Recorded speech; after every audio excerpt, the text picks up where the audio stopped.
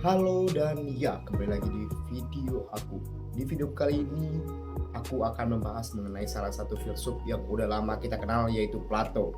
Dan dia, ajaran utamanya Plato itu menjelaskan kalau kenalilah dirimu sendiri dan kamu akan bahagia.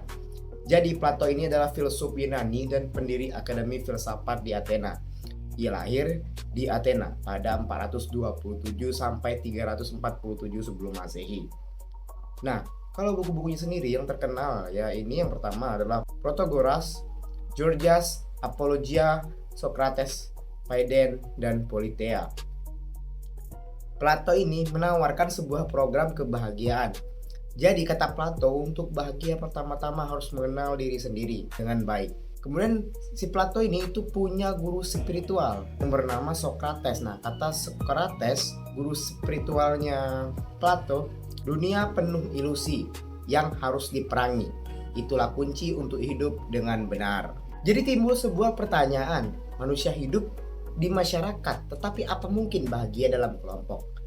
Nah, pertanyaan itulah yang dicoba orang Yunani dengan sistem demokrasi di Athena. Meski ada kelemahan, sistem politik ini dibentuk untuk menciptakan kebaikan bersama.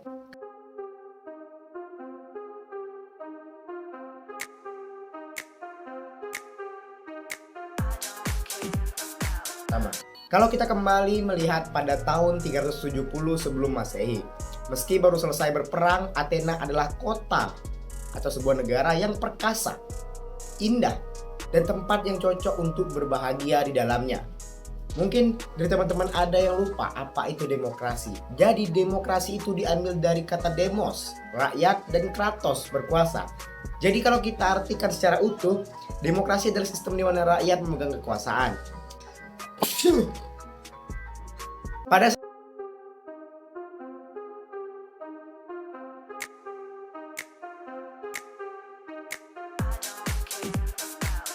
Pada saat itu, para filsuf itu meneliti, merenung, dan mengajar.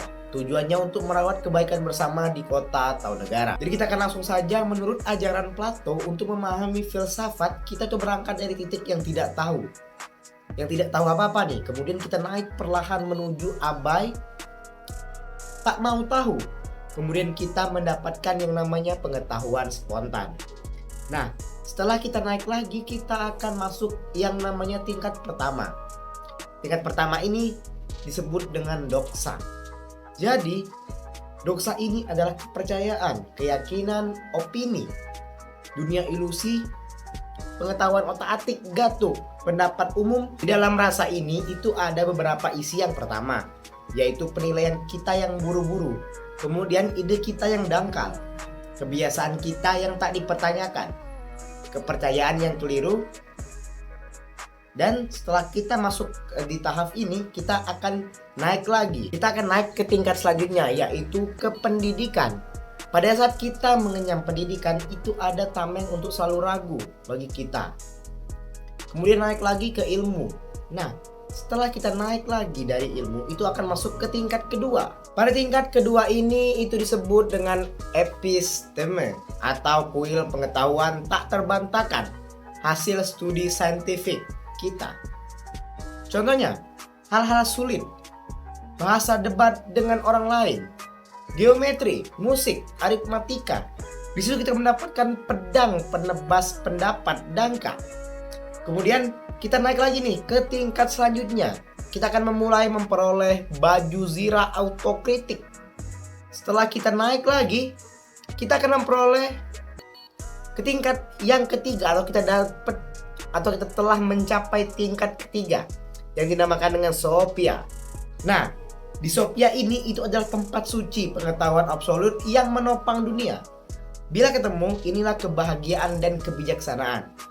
Tetapi ya, untuk mencapainya itu sangat susah atau susah banget. Setelah masuk ke tingkat 3 atau Sophia ini, kita akan naik lagi, manjat lagi ke titik terakhir, yaitu titik kebenaran pengetahuan ultima. Jadi hanya orang-orang tertentu yang bisa masuk ke akhir. Itu kalau menurut ajaran.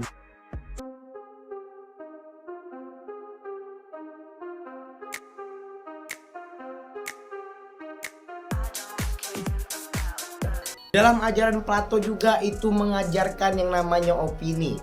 Jadi ketika kita mengira sedang berpikir padahal sebenarnya pikiran itu mandek dan kita menafsir dunia seturut kesukaan kita masing-masing. Itulah yang disebut dengan opini. Kenapa ada banyak opini yang berbeda di dunia? Karena mudah membuatnya. Tak perlu banyak usaha untuk membuat sebuah opini. Semisal, kita ambil contoh mengenai udara panas. Apa yang terjadi saat ragam opini saling berhadapan? Yang satu merasa kalau suhu panas itu rasanya panas bagi orang yang tidak terbiasa panas.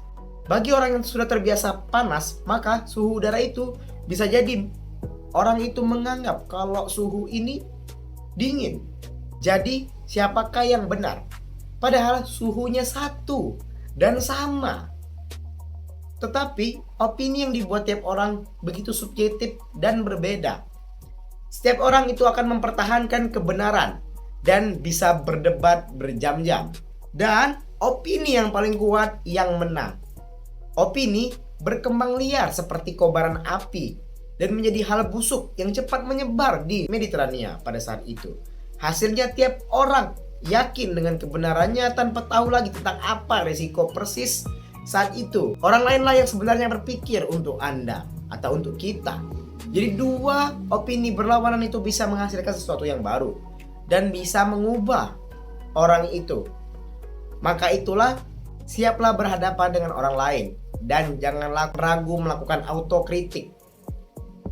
Dan ya, itu dia fungsinya sekolah. Jadi kesimpulannya, kalau kita mau bahagia, menurut pendapat Plato, kita hanya perlu mengenali diri kita sendiri dan kita akan menjadi bahagia. Sehingga kita tidak perlu melakukan apapun untuk bahagia selain mengenal diri kita sendiri.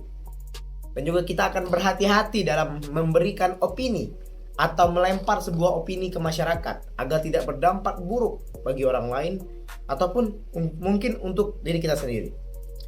Jadi sekian untuk video kali ini. Terima kasih sudah menyimak sampai akhir dan sampai jumpa di video berikutnya.